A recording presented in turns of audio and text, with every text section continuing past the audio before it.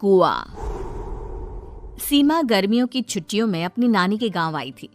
सीमा नानी के घर पहुंचने के बाद अपनी नानी के पैर छूती है और उनसे आशीर्वाद लेती है। तभी उसकी नानी उससे कहती है, इतनी बड़ी हो गई मेरी सीमा, चल जल्दी से हाथ मुंह धो ले, मैं तेरे लिए खाना लगा देती हूँ। भूख लगी होगी ना? हाँ नानी, भूख तो लग रही है मुझे, आपके हाथ के बने हुए पीले दाल और चावल खाने की। कितना टाइम हो गया है मुझे आपके हाथ का बना हुआ दाल चावल खाए हुए। तू तो नौकरी में व्यस्त थी, तो तुझे कहाँ से टाइम मिलेगा अपनी नानी के लिए? और जब इतने टाइम बाद आई है तो ज्यादा टाइम के लिए रुक कर जाएगी तू। हाँ नानी, इस बार पूरे 2 महीने के लिए आई हूँ। सीमा की नानी अंदर जाकर उसके लिए खाना बनाने लगती है।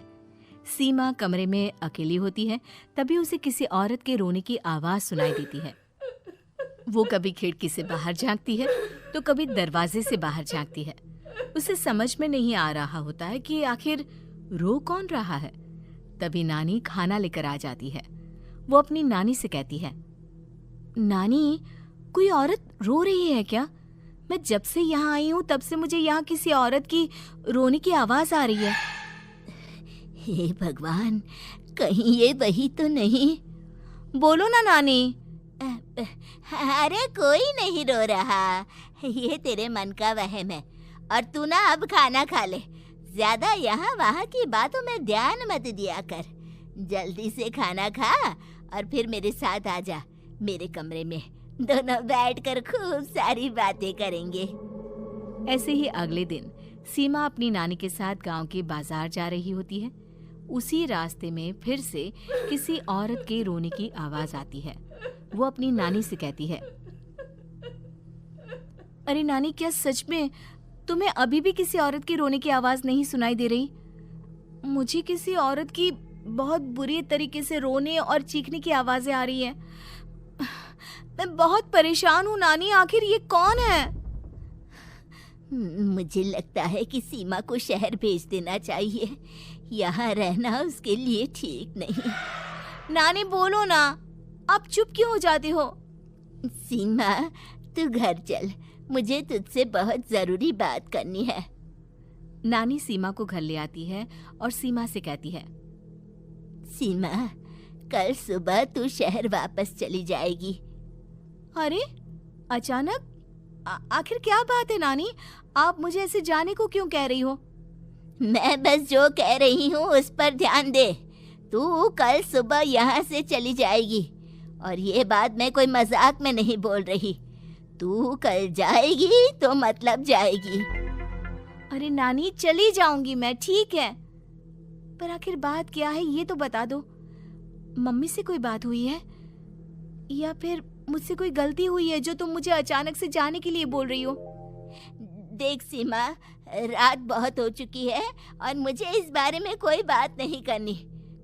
चल, अब चल के मेरे साथ सो जा। सुबह की बस पकड़कर तुझे शहर भी तो जाना है। सीमा को अपनी नानी का ऐसा व्यवहार देखकर बहुत ही अजीब लगता है। उसे कुछ समझ में नहीं आ रहा होता है कि आखिर उसकी नानी उसे अचानक से गांव छोड़कर जाने के लिए क्यों कह रही है। ये सारी बातें सोचते सोचते सीमा की आंख लग जाती है और वो अपनी नानी के साथ सो जाती है। ऐसे ही आधी रात को सीमा को फिर से किसी औरत की रोने की आवाज सुनाई देती है। वो उस औरत की आवाज सुनकर बार बार करवटें बदल रही होती है और तभी उसे सपने में भी एक अजीब सी औरत की परछाई दिखाई देती है, जो इतना चीख चीख कर रो रही होती है कि सीमा डरकर उठ जाती है। वो पूरे पसीने पसीने हो रही होती है। वो अपने आसपास देखती है तो घर में बिल्कुल शांति का माहौल होता है। सीमा घबरा जाती है। वो अपनी नानी को जगाने की कोशिश करती है मगर उसकी नानी नहीं जगती।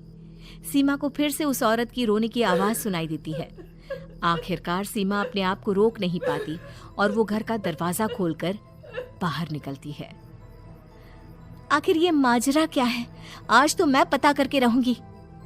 अब आवाज का पीछा करते हुए सीमा आधी रात को गांव के चौपाल के पास बने कुएं के पास पहुंच जाती है, जहां कुएं की चारों ओर बेड़ियां लगी होती हैं। उन बेड़ियों में लगे हुए ताले के साथ एक लाल रंग का कपड़ा और माता रानी का कलावा बंधा होता है। उस कुएं में से सीमा को किसी के रोने की आवाज आती है। सीमा परेशान हो जाती है। इस कुएं में कौन है? कौन है यहाँ? सुनो, कौन है? कौन रो रहा है? वो चिल्ला चिल्ला कर पूछती है और साथ ही लोगों को जगाने की कोशिश करती है, मगर किसी को भी उसकी आवाज सुनाई नहीं देती। अब सीमा खुद उस कुएं के पास की बेड़ियों और तालों को खोलने की कोशिश करती है और किसी तरह कुछ देर की मशक्कत के बाद सीमा उसको खोल भी देती है। और जैसे ही वो कुआं खोलकर उसके अंदर झांकती है, सीमा उस कुएं में गिर जाती है।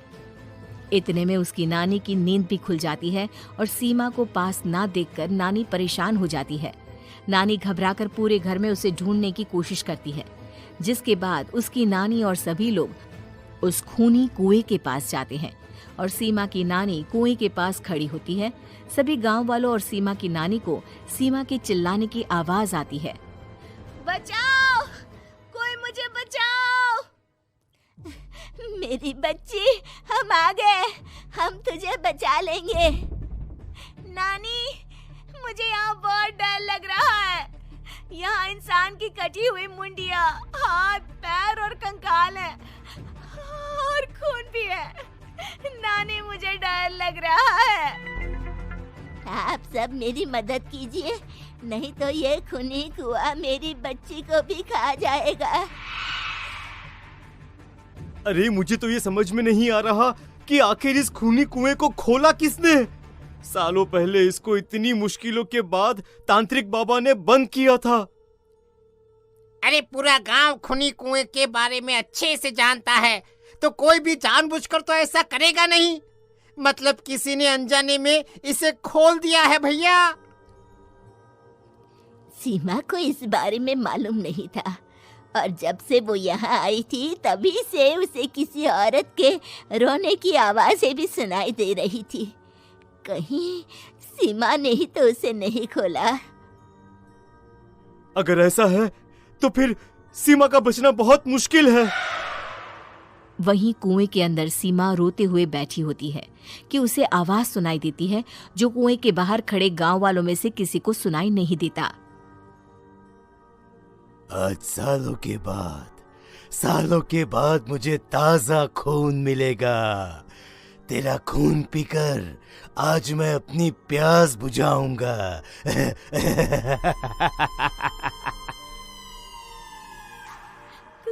कौन है? मत मारो प्लीज, मुझे जाने दो प्लीज। मैंने किसी का क्या बिगाड़ा है? वो तुझे मरने के बाद पता चल ही जाएगा। जितने में गांव वाले और सीमा की नानी कुछ सोच पाते, उतने में उन्हें सीमा के चिल्लाने की आवाज आती है और अगले ही पल सब शांत हो जाता है। क्या हुआ? सीमा, मेरी बेटी। माफ करना बहन, लेकिन अब सीमा वापस नहीं आएगी। हमें एक बार फिर से कुएं को बंद करना होगा। गांव वाले तभी तांत्रिक को बुलाकर लाते हैं।